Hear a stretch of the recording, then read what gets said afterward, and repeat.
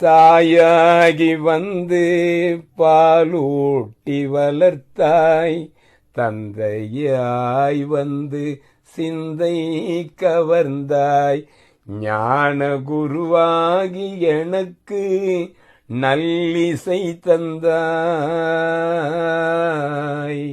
ஞான குருவாகி எனக்கு நல்லிசை தந்தாய். நாயே நாளும் நல்லவனாக்க. நாம முதல்ல இந்த நிலையை யோசிக்கணும்.